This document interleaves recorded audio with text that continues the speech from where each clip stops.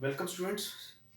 तो आज current affairs की क्लास में जैसे हम करंट अफेयर्स की क्लास में जीके के टॉपिक्स और करंट अफेयर्स कवर करते हैं, तो कुछ तो करंट के होंगे जो कि अभी हाल ही में घटनाएं हो रही हैं पूरे देश विदेश में, all over the world, what is happening.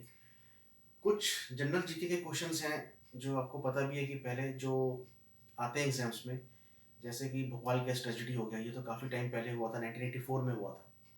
तो ऐसे क्वेश्चंस हैं जो इंटरनेशनल या नेशनल इम्पोर्टेंस के या किसी स्पेस से रिलेटेड या ह्यूमन जो रिसोर्सेज हैं हमारे अर्थ पे उनसे रिलेटेड, उनसे क्वेश्चंस काफ़ी पूछे जाते हैं एग्जाम्स में। तो ऐसा आज का जो टॉपिक है वो है केस्लर सिंड्रोम। केस्लर सिंड्रोम को केस्लर्स इफेक्ट और कोलिजनल कैस्केडिंग के नाम से भी जाना जाता है। अब ये रिलेटेड है स्पेस एक्सप्लोरेशन। स्पेस में जो हम गतिविधियां करते हैं, कई देश अपने सैटेलाइट्स और स्पेसशिप्स छोड़े जाते हैं स्पेस में, लगभग सारे देश ही छोड़ते हैं आजकल। तो उससे जो प्रॉब्लम आई है उससे रिलेटेड एक इशू आया जिसका नाम दिया गया केस्लर सिंड्रोम। अब केस्लर डोनाल्ड जे केस्लर ने प्रपोज किया था, ये जो सिंड्रोम है, ये प्रॉब्लम है, जो डोनाल्ड जे केस्लर 1978 में एक थ्योरी उन्होंने दी थी इस प्रॉब्लम की। अब जैसे कि हम बात करें, हर एक जो नई टेक्नोलॉजी है, कोई भी चीज़ हम साइंस की यूज़ कर रहे हैं, उसका कुछ ना कुछ आफ्टर इफेक्ट जरूर होता है या उससे रिलेटेड कुछ प्रॉब्लम्स जरूर आती हैं। जैसे कि थर्मल एनर्जी रखा लीजिए, या कोल से एनर्जी प्रोड्यूस होती है, काफ़ी मात्रा में प्रोड्यूस होती है। इंडिया में तो काफ़ी उसका जो परसेंटेज है प्रोडक्शन ऑफ इलेक्ट्रिसिटी का इज़ वेरी मच हाई। तो उसका एक जो आफ्टर इफेक्ट जो उसका है वो है पोल्यूशन, जो कार्बन कंटेंट जो एटमॉस्फेयर में कार्बन डाइऑक्साइड वगैरह जो रिलीज होती है, वो उसका एक लिमिटेशन, मतलब कि उसका एक ड्रॉबैक है। ऐसे ही हर चीज़ जो हम टेक्नोलॉजी यूज़ कर रहे हैं, ऐसा नहीं रिसोर्सेज यूज़ कर रहे हैं, उसका एक ड्रॉबैक जरूर आता है। अब ये जो कैस्टल सिंड्रोम है एक बहुत बड़ी समस्या है जो कि आने वाले टाइम में हर देश को सामना करना पड़ सकता है, और ये शुरू भी हो चुका है। तो इतनी सैटेलाइट्स छोड़ी जाती हैं एटमॉस्फेयर में, इतनी सैटेलाइट्स हर देश छोड़ते हैं, स्पेसशिप्स और सैटेलाइट्स किसी भी पर्पस के लिए छोड़ी जाएं, उसका एक लाइफ टाइम होता है। उस लाइफ टाइम के बाद वो जो सैटेलाइट्स हैं या स्पेसशिप्स हैं वो खराब हो जाते हैं, उनको वापस धरती पे नहीं लाते, तो वहीं पे उसी ऑर्बिट पे जो दो ऑर्बिट्स हैं, एक होता है जियो स्टेशनरी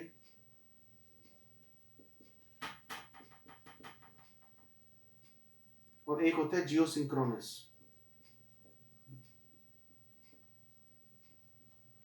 इन दो ऑर्बिट्स में ही सैटेलाइट्स को डाला जाता है। जो अब इन दोनों का जो डिफरेंस है वो एक अलग टॉपिक हो जाएगा, वो बाद में हम डिस्कस करेंगे।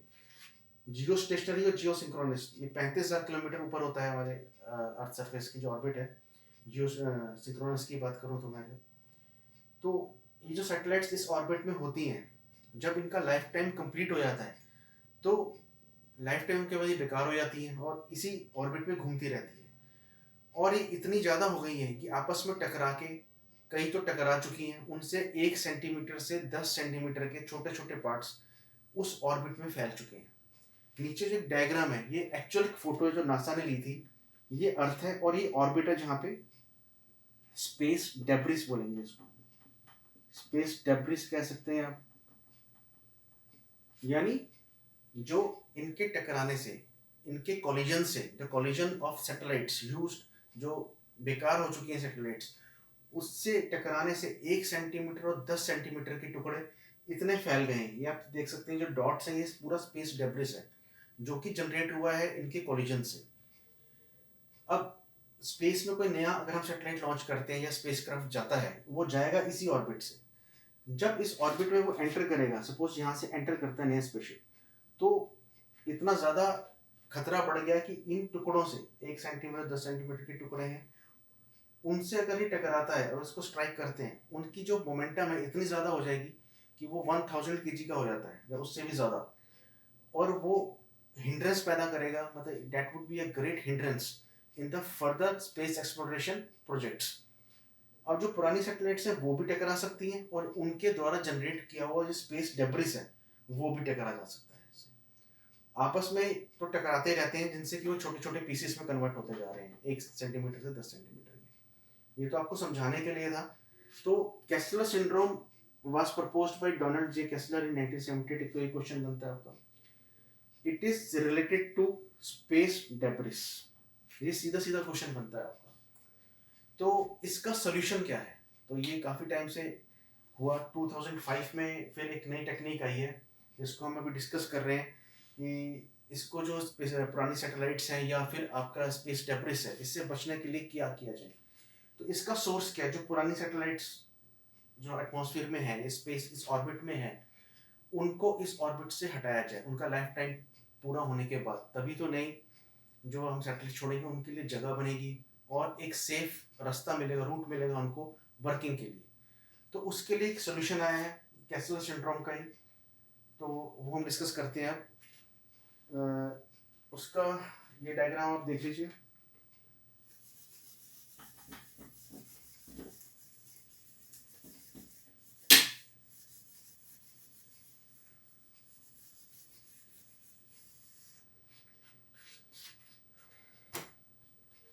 तो अब जो कैसल सिंड्रोम आपने समझ लिया, तो इसका सोल्यूशन क्या है? अब सपोज कीजिए अर्थ है,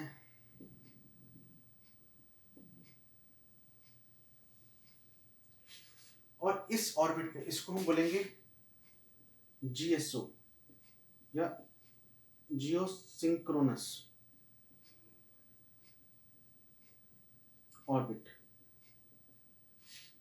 जीएसओ हो या जियो स्टेशनरी हो, कोई भी एक ऑर्बिट ले लेते हैं हम, यहाँ पे सैटेलाइट्स हमारी प्लेस की जाती हैं फॉर मतलब ऑल द पर्पसेस, या कम्युनिकेशन हो, चाहे मिलिट्री सैटेलाइट्स हो, कुछ भी हो। तो इस सैटेलाइट्स में हमारी जो इस ऑर्बिट में सैटेलाइट रिवॉल्व कर रही है अर्थ के इर्द गिर्द। तो अब क्या है कि अगर इस सैटेलाइट का कोई भी एक सैटेलाइट एग्जांपल लीजिए, इसका सैटेलाइट ए है सपोज, इसका लाइफ टाइम खत्म हो जाता है। नेचुरली जब लाइफ टाइम खत्म होगा इसका, तो इसमें फ्यूल इतना नहीं रहता। जो इसका फ्यूल होता है इसमें, इसको चलाने के लिए, इसके कंपोनेंट इसको चलाने के लिए इसकी ऑर्बिटल वेलोसिटी इतनी ज़्यादा होती है, फ्यूल भी खत्म हो जाता है आखिरी जो इसका लाइफ टाइम का आखिरी पीरियड होता है। तो या तो इसको ब्रेक लगा के कहीं और फेंक दिया जाए, जैसे कार बहुत तेज चल रही है, हम इमीडिएटली इसको ब्रेक लगाएंगे तो और उसको रोकने की कोशिश करेंगे तो पॉसिबल नहीं है, वो कहीं भी गिर सकती है। या उसमें इतनी एनर्जी नहीं, इसको एनर्जी ट्रेमेंडस एनर्जी चाहिए, फ्यूल चाहिए उसको रोकने के लिए, तो वो पॉसिबल नहीं हुआ। तो एक नई टेक्निक आई कि इसको इस पाथ से डिफ्लेक्ट कर दिया जाए। तो किया क्या जाता है टेक्निक द्वारा, इस ऑर्बिट से इसको किसी एक छोटे एंगल से डिफ्लेक्ट करके एक दूसरे ऑर्बिट में डाल दिया जाता है इसी सैटेलाइट को। तो सैटेलाइट यहाँ आ गई और ये वाला चीज खाली हो जाती है। इस ऑर्बिट को जिसमें डिफ्लेक्ट करके इसको डाला जाता है, इसका नाम दिया गया है ग्रेवयार्ड ऑर्बिट्स। ऐसी सैटेलाइट्स जो रेगुलर इस ऑर्बिट में घूम रही है, जब उनका लाइफ टाइम खत्म हो जाता है तो उनको थोड़ा सा एंगल से डिफ्लेक्ट करके एक ऊपर एक और ऑर्बिट है, उसको ग्रेवयार्ड ऑर्बिट, इसको सुपर सिंक्रोनस ऑर्बिट बोलते हैं। Super synchronous,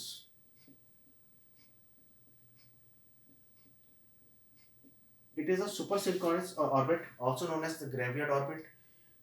Why it is known as graveyard orbit? Because all the junk satellites, the satellites whose life period has come to an end, they are put into this particular orbit, and it contains all the junk of the space। यानी जो space का debris है वो सारा हमने इस orbit में डाल दिया, जो सुपर सिंक्रोनस है। सुपर मतलब इससे ऊपर है, और क्योंकि इसमें पूरा जंक आ जाता है पुरानी सैटेलाइट्स का, इसको बोला गया ग्रेवयार्ड ऑर्बिट। तो ये एक इंपॉर्टेंट पॉइंट आ जाता है, ग्रेवयार्ड इंपॉर्टेंट। इसमें क्वेश्चन आपका ये भी बनता है कि graveyard orbit is related to, तो इसमें एग्जाम में ये पूछ सकते हैं, आंसर इसका आएगा कैसलर सिंड्रोम अगर ऑप्शन में है तो।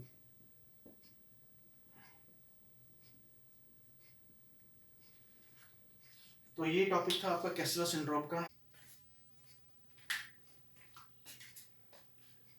तो इससे जो क्वेश्चन बनता है आपका, इंपॉर्टेंट क्वेश्चन बनता है कि graveyard orbit is related to, तो उसमें ऑप्शन है, इसमें कैसलर सिंड्रोम आंसर होगा उसका, क्योंकि कैसलर सिंड्रोम एक प्रॉब्लम है, उसका सोल्यूशन है ग्रेवयार्ड ऑर्बिट। तो ये हमने टॉपिक कंप्लीट किया आज कैसल सिंड्रोम का। तो ये काफ़ी इम्पोर्टेंट टॉपिक रहेगा आपके लिए, तो आप देखते रहिए। नेक्स्ट टॉपिक से आएंगे हम, नेक्स्ट टॉपिक के साथ जल्दी एक इंटरेस्टिंग टॉपिक आएगा। तो thank you for watching. Thanks.